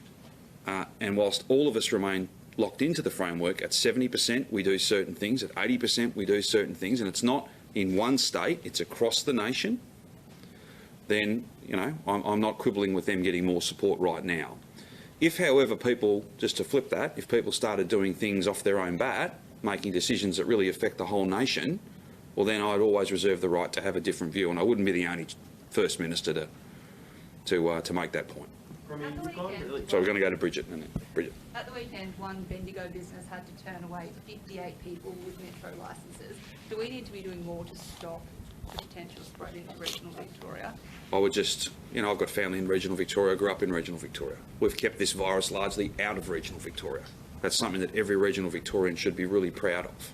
I think we can all be proud of that. And there's lots of us that haven't made trips to regional Victoria, myself and yourself included. For the most personal of reasons, we'd like to go and visit family, you know, in regional Victoria, Bridget. But we aren't doing that, and I would just ask every Victorian, please don't, unless you have an authorised, a valid reason to go, please don't go to regional Victoria. There's every chance that you might be spreading this virus, and that does no one any good at all. As for specifics in Bendigo and any other place around that partnership, we're doing enforcement, but also each business is doing that as well. We monitor that. I don't have any advice to change that at the moment, but we obviously monitor it every day. Sorry, You've gone hard. You said I can try. The next 5 weeks will start to open up Pfizer to younger people when we get that extra supply? No. What I've said is that there's a pre-approval been provided by the Commonwealth Government to provide Pfizer to vulnerable kids, 12 and over, and that's not every child, but Indigenous kids, kids with a disability, kids with underlying health issues, things of that nature. I can get you a full list, I will if you like. It was an example that this program has grown in terms of who's eligible and when, and it will continue to grow. But you know, I don't have the supply at the moment to make massive changes to who gets what. I wish I did, and then everybody could have it. The allocation at the moment, as frustrating as it might be that we don't have enough, the allocations have worked. If you look at the New South Wales example, well, this has got into aged care, but they haven't, private aged care, but they haven't seen the tragedy that so many families in Victoria have to live with today even. All of us have to live with, because by and large, people in aged care have had the jab. You've gone hard on this illegal party. Will you also be fining the family that essentially started this sixth lockdown? I don't issue fines, and it's not a matter of going hard, you know, on any one particular group. There's a video, for heaven's sake. Like, if people want to have a crack at me for having a crack at them, fine. Fine. But no one should break the rules. No one should break the rules. Shouldn't it be fair and even? Well, it is. But and if I've got, hang on a minute, no, it absolutely is fair and even. But I'm not the one that issues the fines, and I'm not going to stand here and apologise for having been pretty frank about an event that should not have happened. It should not have happened. I don't think anyone's disputing. Victoria Police do not distinguish, no matter what your faith is or what suburb you live in, or whether it's an engagement or whatever it might be. If it's against the rules and we can establish that it was against the rules, and I think you have to give me some credit here, there's a video. It's not the hardest case to make. We don't necessarily have videos for every other, but there was other breach. There was some acknowledgement from your government that there was home visits that led to transmission. Yes. So. And if penalising people is going to deter others from acting in that way, if breaches are just egregious, if it's just arrogantly thumbing your nose at every single Victorian, well, Victoria Police will do what they need to do. But didn't not penalising the previous people have some influence on this? They thought they might be able to get away with it? Hang on a minute. If you want to compare, what you're comparing is simply wrong. I don't accept the comparison. And anyone who wants to defend what occurred on the weekend or last week, fine. If you think I've been too tough on them in the way I've talked about it, fine. You know, I'll live with that. Ultimately, no one should be breaking the rules. This was just wrong. And I'm sure if they had their time again, they would do differently. There is a different issue, though, and let's not conflate the two issues. There are other people who have perhaps gone and visited a loved one, haven't had 69 people to their house for an engagement party, right? They've gone and visited a loved one against the rules. I'm not condoning that. I'm not pardoning that. Where it's in our interest to punish that, we do. But if punishing that meant that people didn't admit to having done it, then you can't track the virus. This is a circular argument. We've had this argument before around the fact that if you criminalise having this virus, people will not get tested. If they don't get tested, we can't contact trace. Then we can't find where the virus is until it starts presenting in our hospitals. So people are fair, people are equitable and reasonable, be no doubt about that. But there is more than just a crime and punishment element to this. There's also getting out of this. And you can't have a good public health response if you criminalise having this virus. You simply can't. Where, however, there's a video that rather makes contact tracing a little easier, police always have, not me, it's a matter of police, will always jealously guard the discretion they have to either issue a warning or go further. Chief Commissioner's made it clear what he's done in this case, and I reckon that most Victorians would probably support him in that. So how many cases have come from that party? Sorry? How many cases have come from that party? I'm not sure. There was some reporting, some claim that there were no cases. My advice, and I've triple checked it, my advice as I walked in here was that there have been cases that people who've caught it, transmission we believe has occurred at that event. I don't know where it's up to now. I sincerely hope that it's only a handful. Like, the last thing we want, it's a transmission event. I don't want it to become a super spreading event. No one wants that. Like, there were a number of people at that event, by the look of it, who are older. Like, we just, you know, there's kids there. I don't know if they've been vaccinated or not. We don't want events like that because we don't want this thing to spread. That's the key message. If there's any further information we can provide about that as a transmission event, as an exposure site, then of course we will. But there's certainly some. The notion that everyone's been tested and they're all negative, I don't believe that's accurate. Can we find out the numbers? If we have an update, then we always provide you with further updates. Do you know if any of those people work in vulnerable settings? No, I don't. But I will say we're working with each of those people and they're going through interviews, and we're very grateful that they're going through that interview process with us. And so are they cooperative? I believe so, yes. Premier, So does it report that a couple of the guests were medical professionals? Well, I think that if you listen and watch the video, it's clear that there are some medical professionals there. Might I be so bold as to say that they've perhaps not necessarily acquitted themselves very well? Like, do no harm. So, Premier, can you explain... Spreading the virus hurts everybody. Everybody. Can I explain what? Can you explain, I guess, what's happened to the imperative to wanting to get information out of people rather than fining them? How is that? There's no change at all. There's no change at all. Look, let's be clear. These people have decided to ignore every rule, have decided to ignore that we're in a global pandemic. I will not accept that, nor will I accept what I think is an incorrect comparison with others. By its nature, this is uniquely bad. And I reckon if they had their time over again, they would do differently. So the priority is still to get information? Of course the priority is to get as much information as we can. As I said before, if you make it a crime to have this virus, people just won't get tested. Then we don't know where it is, we can't track it, we can't trace it until people start turning up in ambulances. Like you see, yes, there's been a bit of this in Sydney actually, where people have, unbeknownst to the system, have turned up and have passed away not that long afterwards. You can get this very, very severely, and you can be very unwell, and then you can die. And that's why the New South Wales Premier today, I think, is standing up having to report deaths. I've done that. That's not easy. It's very challenging. One of the hardest things you will do. I'm determined to do everything I can to avoid doing that again.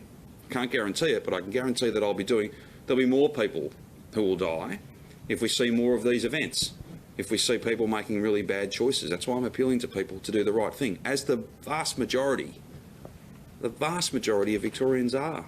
Just on the comparison that you say is incorrect, the Coolaroo family, it wasn't just one breach, it was evidently a series of breaches because that virus spread across at least five households, and we're now told that there are genomic links that likely link it to the outbreaks we're seeing now. So we had a person who went to Coles and the local servo in breach of home quarantine rules. Yes. That was the first breach. You warned that person and decided not to punish them because you wanted them to continue giving information. Rachel, no, please don't say you and give the audience the impression that I'm sitting here wearing a uniform issuing fines, right? I don't issue the fines, and you don't want politicians issuing fines. Yeah. I do reserve the right, though, to speak plainly. I've got a view about what occurred at that event, and I've made that point today. If the point you're making to me is that there have been, over the last 18 months, lots of people do the wrong thing, of course.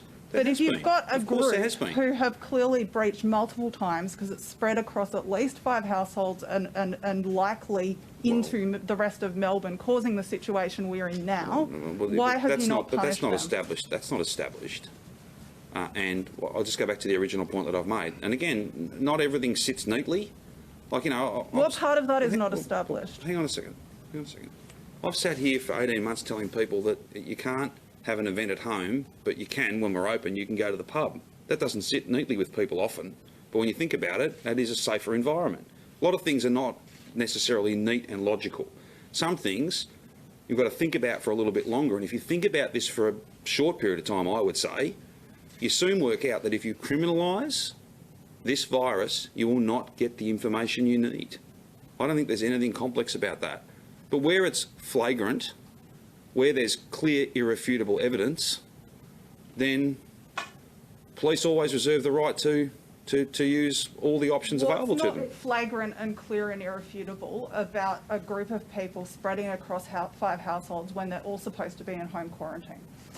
No, well, but hang on a minute. You've, with the greatest of respect, you have conflated a whole lot of different stuff there, and you've made some assumptions. The Genomics does not support that. It might, like as in we can't prove that it isn't right. That is not to say that we're all free to jump to the conclusion that it is 100% accurate. A lot of maybes in there, lots. I don't issue the fines. Please don't give anyone the impression that I do. What's more, people think about these things very carefully. And sometimes, and I know it's frustrating, because you'd like to find everybody who did the wrong thing. You absolutely would, and we'd all probably feel a little bit better for a short period of time, until it meant we had no information to give to contact tracers, and therefore we had no way of tracing this virus. I wish it was different, be in no doubt, I wish it was different. We've had this conversation many times, and the facts are, if you criminalise having it, people just won't get tested. What's more, we won't be able to track and trace it, and we'll be in a much more challenging, as hard as this is, we'll be in a much more challenging set of circumstances. No one's trying Just to to say get the facts criminalise straight, having are it. you saying that some of those households weren't supposed to be in home quarantine? No, you're indicating that all of them should have been in home quarantine. You're indicating that this is Obviously, an they shouldn't absolute have been certainty. accepting visitors if they were in home quarantine. But home quarantine and stay at home are two different things. Home quarantine, and if people have breached home quarantine orders, like visiting other people, this was a visit to a supermarket, right? That is different, can I say? That is, that's different. But hang on, you're almost alleging though, and we are well and truly in the weeds now, but you're kind of alleging to me that they knowingly did this, that they knew they had it, and then each person in that link, in that chain of transmission knew that they had it and knew they should have been. Hang on, you've asked me a question and I'm answering it, Rachel, and I'll answer it for as long as I think it takes me to get my point across, if that's okay. We've had lots of exchanges, you and I. They're always respectful. I don't intend to change that today. You are assuming things. You're entitled to do that. I'm also entitled to say that I don't think necessarily that the facts bear that out. Again, am I frustrated that whenever the rules are broken? Yes. Is it open to us through Victoria Police to fine every single person? I don't think so. A, we can't catch everybody, and B, there are some cases, some examples where if you were to penalise people for telling you the truth, we would not get told the truth. We would get told half the story, and then we would find half the cases. And I wouldn't be standing up here reporting 20s, I'd be reporting something entirely different. That's the point I'm making. Am I frustrated that we can't fine everyone or punish and penalise everyone who does the wrong thing? Of course we are. Every one of those breaches detracts from the amazing job that millions more are doing. That's what's so disappointing. You bet you can, absolutely, for as long as you want. I might need to take his seat in the front row as well. Who wants to? Yeah, sure. Premier, could you confirm the arrangements for Parliament this week? No, the presiding officers will confirm those arrangements. For the Chief Health Officer could say it, or I know it, so I'll just say it, we've got Jerome to hear from. The advice from the Chief Health Officer to the presiding officers is that Parliament should not sit. What they do with that advice, that's not my advice, that's the advice from the Chief Health Officer. What they do with that advice is a matter for them. But I don't think that I'm not going to stand here and ask every other worker to work from home, and then we have people coming from regional Victoria to Melbourne and from all the suburbs of Melbourne into the centre of Melbourne to have a parliamentary sitting. We'll make up those days later. Was there another one for me? Yeah, just a couple. Just on essential workers. Yes. So obviously, the removalists got away scot-free, essentially, but can we better manage... No one more frustrated than me, about that fact. I think I made that pretty clear at the time. Is there a way we can look at ensuring better compliance, regular COVID testing, or, there's a lot of essential workers... So just on permits, there are many less permits being issued. What occurred with those particular individuals cannot occur again. That business, if it got a permit, would have to source workers from outside the extreme risk zone. So it's a very different system. That answers that. In terms of testing the freight industry, National Cabinet has agreed to what I'd call a national minimum, which is a rolling test every 7 days. We have gone beyond that, and it's a rolling test every 72 hours.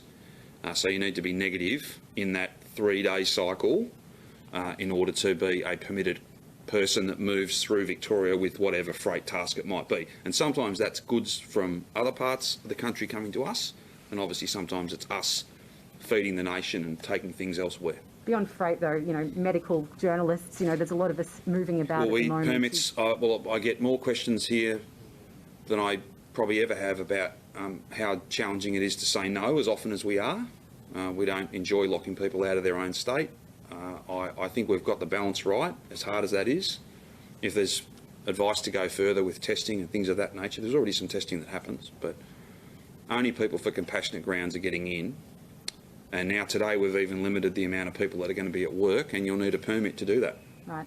And I've just got one on the curfew, sorry. I know Raf touched on it before. Look, we are the only Australian city to implement one. Besides London, you know, we've had some draconian measures put in place, like, you know, worldwide. And I was just wondering, you know, epidemiologists indicate that they haven't really made a difference, like, you know, imposing a curfew or whatnot. So, you know, do we necessarily... Well, there are lots of different views, and that's fine. People are entitled to their opinions, and that's a healthy democratic society that we live in. But we went from 700 cases a day to 0, and we had a curfew. Curfew played a part in that. Am I happy to... didn't impose a curfew, though. Sorry? Wuhan, I believe, didn't impose a curfew during their 76 days of lockdown. Well, I'm talking about what's happened here and what's worked here, and it's simply not up for debate. We had more than 700 cases. We took it down to 0. There was a package of measures. A curfew was one of them. That's why the Chief Health Officer has advised to do it again, and that's why we've made the decision to do it again today. The real question I would have thought was for some other jurisdictions who don't have a curfew. Like, it's worked here. We're doing it again because it worked here. Has it made a difference, though? It works. It works. And people, you know, from a civil liberties point of view, people will be denied going shopping at 1 in the morning. People will be denied going for a walk at 1 in the morning, you know. Other than that, 9 to 5, 9 p.m. to 5 a.m, you can work around that. And it just makes the job of every single Victoria Police member who've done an outstanding job these last 18 months, it makes their job easier. Well, the police union said that measures are strategic already. I think the Chief Commissioner's already spoken to this, but you can hear from him again if you like. How do you feel about that? Well, there's more police out there today than has ever been the point in any point in the state's history. So this is the advice from the Chief Health Officer. Police were consulted. Police support it. Chief Commissioner standing here right now. Is any part of this easy? No, but it works, and it will work again. Could we please ask the Chief Commissioner about this? Can I just Yep. Sure. ask the Premier final question? Just to go back to Raf's very early point of there was a lot of anger in the Jewish community about what happened last week. Yep. And there was also a lot of public commentary, I guess, among the Jewish community calling on their leaders to condemn illegal religious gatherings. Yes. Of course, I understand what it's like to be tarnished with a brush. You know, there's a lot of people in the Jewish community doing the right thing. Yes, I expect you to. But there are obviously religious holidays coming up. We've sent messages to the Islamic community, to the Christian community. And I'd send the same message to any community of faith. There's a Jewish religious ceremony coming up. That's why before I wasn't going to raise the issue, but Raf raised it because that can sometimes be seen as, you know, singling out people. And I don't think that behaviour is reflective of the Jewish community. We have a strong and proud Jewish community, and I am often at Jewish community events, as I am at Islamic community events and everything in between. These are not acts of faith. They're not acts of cultural observance. They're not good things. They're not good deeds. They're in fact something very different. So I don't think it reflects on the Jewish community more broadly. But on the point we've sort of stumbled across before about treating people evenly, I have asked people to not observe all sorts of religious holidays and traditions, and I have done it wherever I've needed to. I'm an equal opportunity commender of the rules. The rules are there for a reason. So I know that these last 18 months have been very difficult for people of faith, regardless of who you pray to or how. It's been really challenging. People have not been able to come together as often as they would like to meet, to celebrate, to share. That's the same for every single faith group. The virus doesn't distinguish between whether you're a person of faith or no faith, and the rules can't either. Really quickly, can we expect an announcement on business support? Yes, you can. As early as tomorrow, if not the day after, we'll have that. This, of course, was not due to expire till Thursday, and it's an extension announced today, and the rules are toughened today. We'll have more to say about business support, just as we have done all the way through this. And look, I want to take this opportunity to thank the Commonwealth Government for their most recent partnership. It's been a very positive one, and I'd be very confident, in fact certain, from my discussions with the Prime Minister and Federal Treasurer, that that's a partnership that'll continue. Queensland and WA both announced rules about the vaccine passport to be able to travel even interstate across their borders. Would Victoria look into doing that? I don't have any announcements to make about vaccine passports or about compulsory vaccination. My focus at the moment is getting as many jabs into as many arms as possible. That then gives us options, one of which is to start talking about what you can and can't do, whether you're vaccinated or not.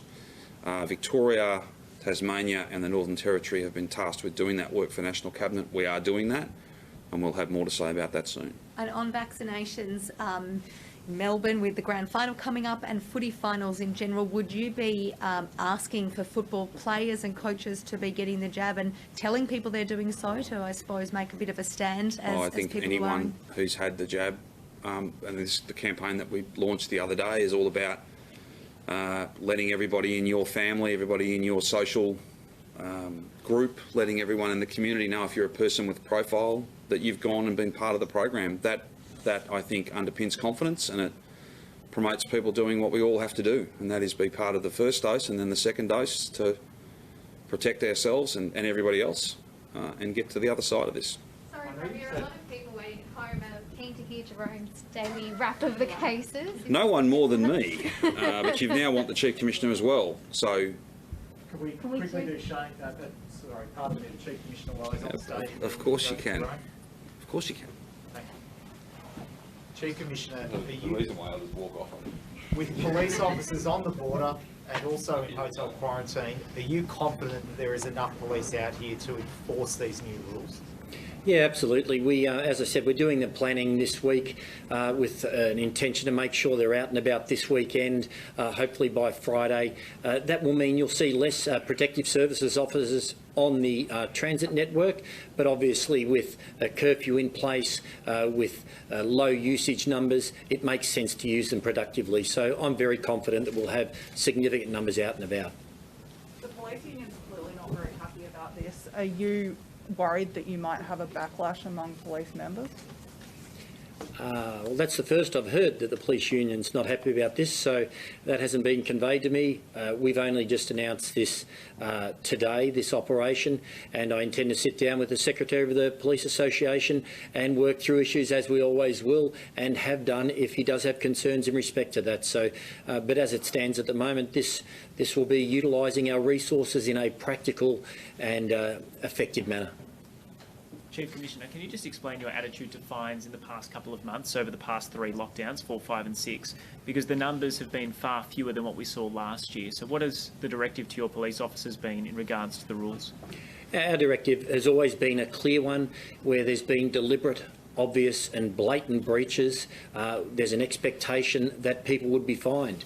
We've also made clear to police officers that where, my officers, where there's children involved, we should be looking to see if we can formally caution them with their parents, those sort of things, so that they're not disadvantaged and that they learn from the experience. But obviously, as the restrictions have gone up and down, there's different levels of enforcement. When we're down to the lower base, we try and issue as many warnings as we can. We try and be as fair as we can and use as much discretion as we can. But when we see deliberate, obvious and blatant breaches, as we've seen in the last few days, well, the direction says that the expectation is you will be issuing infringements, and as I said, that window is very small where discretion will be used. How have you been policing private gatherings up until this point? We've been policing public gatherings and private gatherings in exactly the manner I just outlined. We've issued a lot of infringements. We've issued some warnings where it's appropriate. Each circumstance is assessed based on exactly what those circumstances are. But the expectation now is that there will be many infringements issued, contrasting to warnings. Jerome, can we get the breakthrough of the case? Sorry, Commissioner, can I just ask one more question? Do you support this curfew? Did you have any part in pushing for it, or did it come from public health? No, Victoria Police does support the curfew. I've been briefed by the Chief Health Officer and heard his reasons outlined as to why it is primarily about restricting movement to stop the spread. I've spoken with the State Controller from Health over the weekend, so yes, there are no issues from a Victoria Police perspective, and I will make sure that my officers are out at night too to make sure we are enforcing the curfew. How effective do you think the curfew was in implementing or just enforcement for last year's lockdown? Did it make a difference from your side of things?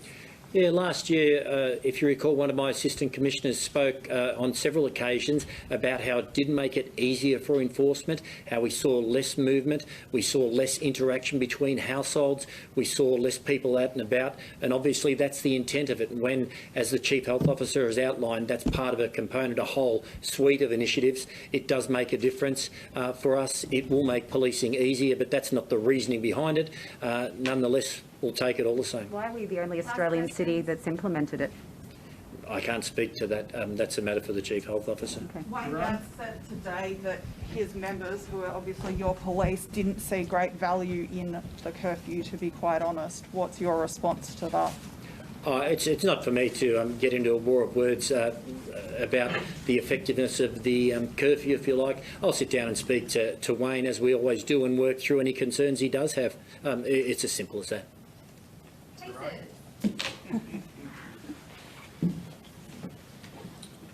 Thanks, Chief Commissioner. It's been a bit of a marathon session so far. We'll make it a very fast end. So I'll do a quick run through on the cases. 22 cases today, 205 active cases of coronavirus here in Victoria.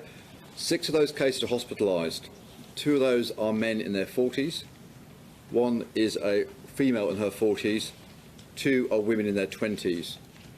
The 6th case is a child who is still in ICU, although not serious. Highlights again the way that Delta is affecting a far younger cohort of Victorians. Of the 22 cases today, 11 are associated with Altacor College, 4 students and 7 household members. 1 is associated with Caroline Springs Square Shopping Centre. It's a household contact. 2 are associated with the original Newport case, Newport cluster.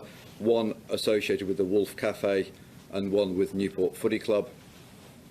2 of the cases are associated with Glenroy Primary School. 1 is a student and 1 is a household member. 1 is associated with the Dandenong case, the mystery case we announced yesterday. We continue to find ways to try to link the Dandenong case into other parts of these clusters. 1 is a positive case from the St Kilda East social gathering that's been much discussed already this afternoon. I'll come back to that in a moment. We have 2 cases from Lygon Street. We announced, I think, yesterday afternoon, big operation at the Lygon Street Towers. 2 cases there in the same household, but mystery cases, we have not yet identified them. And finally, 2 mystery cases from Altona North, a father and his son, although I'm pleased to confirm that through the work we did this morning, we have been able to connect the Altona North cases, those 2 cases, to the original Newport cluster. That means 22 cases in total. 14 of those cases were isolating for the entire period of their infectious period. It also leaves us with 8 significant clusters that we're still working on. 8 clusters where we do not yet have clear connections between them. They include Newport, the original West Footscray case, Middle Park, Wyndham Vale, there's a few cases in there, the City of Melbourne, Glenroy, Lygon Street, and of course St Kilda East. In terms of those clusters, in terms of what they're looking like at the moment, 79 cases now associated with schools of all the cases we're dealing with, and again, really good closure on those primary close contacts. We will start to see day 13 testing during the course of this week. That will reduce the number of primary close contacts we have. 39 cases associated with Caroline Springs Square Shopping Centre. Again, very high rate of completion of testing there. 32 cases involved with Glenroy. A lot more work to do with Glenroy. Around 56% of those 1,300 primary close contacts have returned a negative test result. We currently have 90 people, but I expect this number to grow. 90 primary close contacts identified with St Kilda East. Now 3 positive cases in total. A lot more testing results due to come in today, and a lot more contact tracing work to do over the coming days. And 4 cases associated with Middle Park. Again, about half the contacts there have been tested. More work to do on the Middle Park cluster. Finally, 1,200 home visits yesterday. 7 people weren't isolating correctly. They've been referred onwards. And again, we're seeing great community cooperation generally on our lines of investigation. Any questions for me? Just with that, Julie. gathering, these people clearly broke the rules once. How do we trust them to be self-isolating at home now?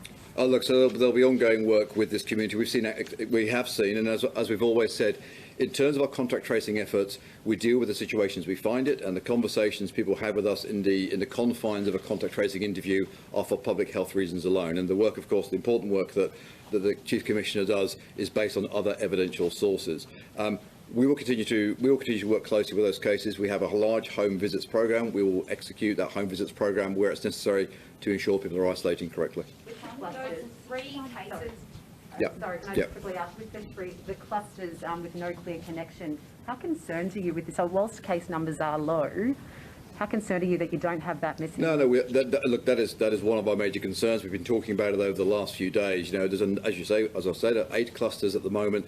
We have some potential links between some of them, but until we can be confident that we've got all those clusters completely under control and we understand all the linkages, there'll be an element of risk, and that's why we have such a huge body of work ahead of us to get to ground on these. So what does that mean for the future of this outbreak then? I mean, will you just see this continuously roll on then? Or? Look, that's one of the reasons why, as part of a whole range of public health measures, the Chief Health Officer has recommended that we need more time to work through these clusters, to get each of these clusters under control. If I look at the original Newport cluster with the schools, they're coming up to their day 13 test during the course of this week. That'll tell us a lot about how well under control those particular clusters are. But even today, still 11 new cases coming out of those isolating families associated with Altaqua College. That feels like a long time ago now. Yeah. So we've got 8 of those clusters at this point in time to work through. I've got 2 mystery cases from today that we have not yet linked, the 2 Lygon Street ones. So there's a lot of work ahead of us. Did you encounter this in last year's outbreak, just out of curiosity? Or in last year's outbreak, I mean, numbers were significantly higher than what we're seeing today, but did you encounter situations like this? Oh, look, I mean, last year's outbreak was completely different. And the sophistication and extent of our knowledge of cases now compared to a year ago, it's moved on. It's moved on amazingly. We've built such stronger intelligence systems, understanding of how cases are moving around, but Delta is also a lot quicker, so we have to deal with a faster, more agile variant. If I look at the last outbreak we had 4 weeks ago, at this point in time we had no mystery cases. There were no mystery cases during that entire outbreak. The one before that, again, no mystery cases coming through at this late stage in the game. So when I'm standing here at the moment with 8 clusters not fully connected, that's why we're concerned, and that's why there's a lot of work to do. The 3 cases linked to the engagement. Of the 69 people who are at that engagement, how many of them have received their results? So we are, the numbers I've got here today, so I've got 3 positive cases currently out of people who are at that particular event. We have around half the results still to come through, and they'll be in tomorrow's numbers. And I'm presuming the mother of the adult son, she would have been eligible for a vaccine. Do you know if she had been vaccinated? I don't have that information in front of me, no. Can we get the vaccination figures from you guys on how many of these cases? Of these cases? Sure, we'll work on that over the next day or 2. Were those 3 people believed to be all infectious at the party? So we're still working that through. We're still trying to work out exactly who the index case was for this particular cluster and what their overlaps were, whether there were any other contacts outside of the party. We know at this point in time, we believe that the 3 positive cases were all at this party with 66 other people. But what other contacts they've had, those are the important conversations we're having them over the last 24 hours and over the days ahead. Have they tested positive since, or could they have been positive when they were actually there? So at this point in time, their infectious periods overlap with the party. So we think that it is likely that party was a transmission event. Obviously, we'll complete the testing for the remainder of those attendees today. We'll get a better sense if there's been any other cross infections and quite how those pieces all line up together. Rachel? There are 3 other clusters or cases that you've mentioned in recent days that you didn't mention in that list.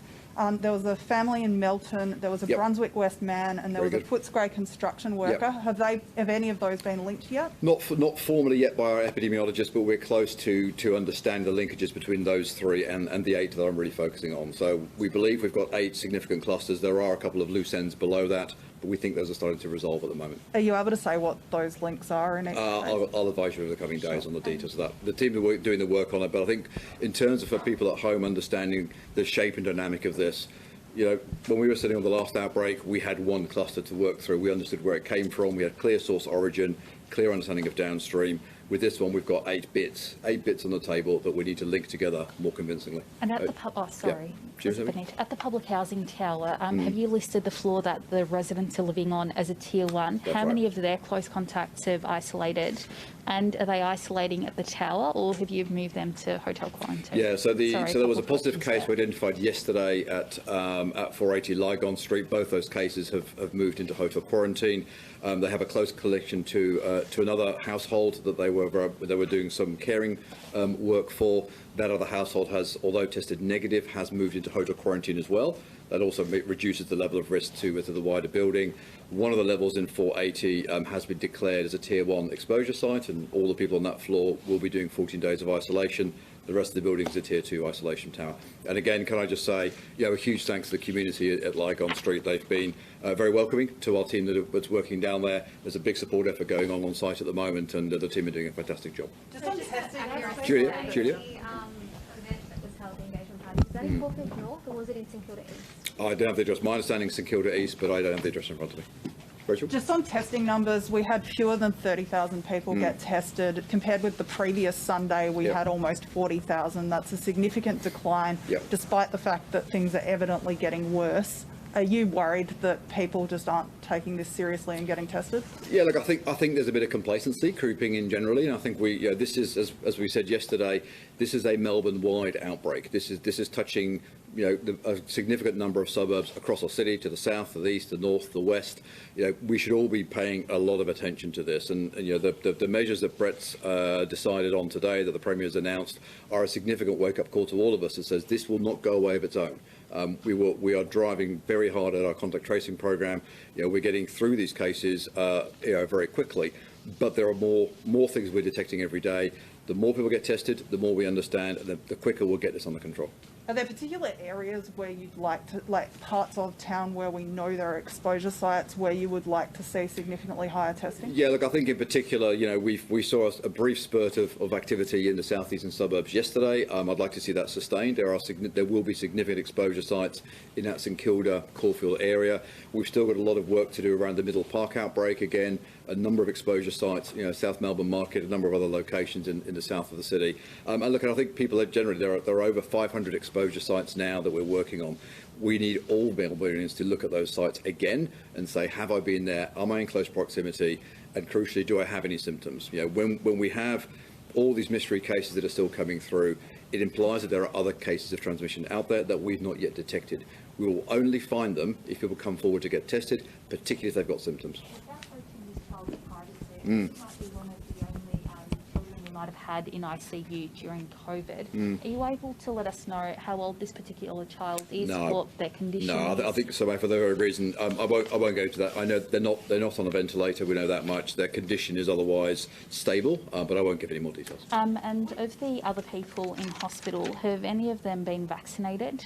I believe not, but I'm happy to confirm when I give a vaccination update in a few days. Just the vaccination status of the cases and the hospitalisation. We can certainly do that. Last week we were getting also Julia? we were getting transmission where it was occurring, like little graph or something. Is it possible to get something like that this time around? Sure. We can certainly, in one of the upcoming briefings, I'm sure, talk through those transmission sites. And look, we've seen a number of different transmission locations. We'll gladly update that and give you guys a map to work on. To be outdoors with this current outbreak? Look at Mark. Let me go and do the work properly rather than plucking a number out of the air. There are certainly some of the child cases are believed to be social play type occasions which occurred out of doors. We know there's at least one of those in this particular outbreak, but happy to give you a fuller update on that later. As you mentioned, 500 exposure sites, 8 separate clusters. Realistically, is 2 weeks enough time to get on top of this, Jerome? Look, it's 2 weeks and 3 days. We've got a lot of work to do to get through with this. Again, as we're seeing this morning, the teams are making good progress. We're getting good cooperation from all of our positive cases. People are isolating, so the people we're isolating, the 14,500 primary close contacts, are doing the right thing. That's a really important part of getting control of the outbreaks we know about. I just need people to come forward and get tested. That's the most important single thing that every Melburnian can do. If you've got any reason to be concerned, any symptoms, get tested, because that's the gold we need to work on to get this under control. We need to be prepared in case this does extend beyond. As we've said before, we've got 2 weeks as a chunk of time to work with. our team is very focused. We will use every single hour of the day to get as much of this under control as we can. Let's see how we go in 2 weeks' time. And speaking of using every single hour, could you expand the hours of operation at vaccination clinics to try and hit that 1 million quicker? Oh, look, if we need to, look, we saw a really good vaccination weekend. Well, we did 179,000 vaccinations last week. It's the highest number we've done to the state system, not surprisingly, as we're starting to finally see the volumes of vaccines starting to come forward. There are, as the Premier said, there was a number of appointments open on the system. My message to everybody is there are appointments out there to be had. I don't need to expand operating hours if I've got appointments sitting in the system. So please come forward, 50 sites, 51 sites, plenty of opportunities, more drive-throughs opening up, hopefully by the end of the week. We've got plenty of opportunities now for people to come forward and get vaccinated, and let's get it done. Which of the exposure sites are of the most concern at the moment? Look, I think obviously the ones that are newer are the ones that are of most concern to us. If I look at the clusters, I'm particularly concerned about St Kilda East because that's a new, very dynamic outbreak. The support we're getting from community leaders is exceptionally important, so we really get our arms around this quickly. We don't want to be hitting a wall of silence on that one, so that is important to us. Middle Park continues to give me cause for concern. We don't think we've seen enough activity yet amongst some of those primary close contacts coming forward and getting tested, so there's some more work to do on that front. And then the third area is probably Glenroy. Glenroy looks like it's in better shape, so we had it was a significant concern to us when we first found it a few days ago. Obviously making sure we continue to drive that one down. Those will be the three I really want to work on. By authorised officers Yeah. yesterday, 7 weren't That's at right. home when they were meant to be. Were any of those positive cases? No. Just primary close That's right. contacts? And over the past couple of weeks, have any of the positive cases breached their quarantine, 14-day quarantine? No, again, as we've seen, I'll give you some weekly stats on Thursday. Yeah, we've seen really good levels of compliance by the positive cases. We've moved a significant number of people into hotel quarantine. That's been the right place for them to be. We've also moved some families into hotel quarantine who could isolate better as primary close contacts. We are there to support you to do this right and to make sure we protect the wider community. So please, if you need that extra help, that's what we're there for. And genomically and epidemiologically, is it actually possible to put a timeline of which of these 200 cases had the virus on which Sure. had it before the other one? Look, for and example? our epidemiologists do that work on a regular basis. We know that the original index cases for the Newport cluster, so the couple linked to the opticians in Caroline Springs and the teacher at Altaqua, they are still the earliest cases we've seen in this outbreak. Everything else is still downstream from that. The question for us is some of those branches, some of those connection points are not as clear yet as they need to be. Just on the outdoor transmission that you were talking about before, is, just to be really specific and clear, is there evidence that transmission may have taken place at a playground? There is evidence that children playing outside is a potential cause of transmission, yes. Were those children also inside together? I don't know. In the interest of using our hours well, I might suggest that we're good to go. Is that okay? Good. Thank you all very much. Wow.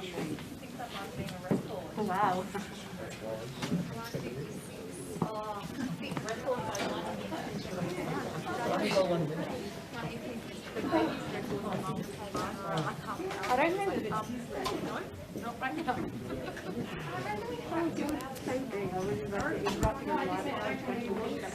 No, you're right. Yes, let's do that. No, and I didn't,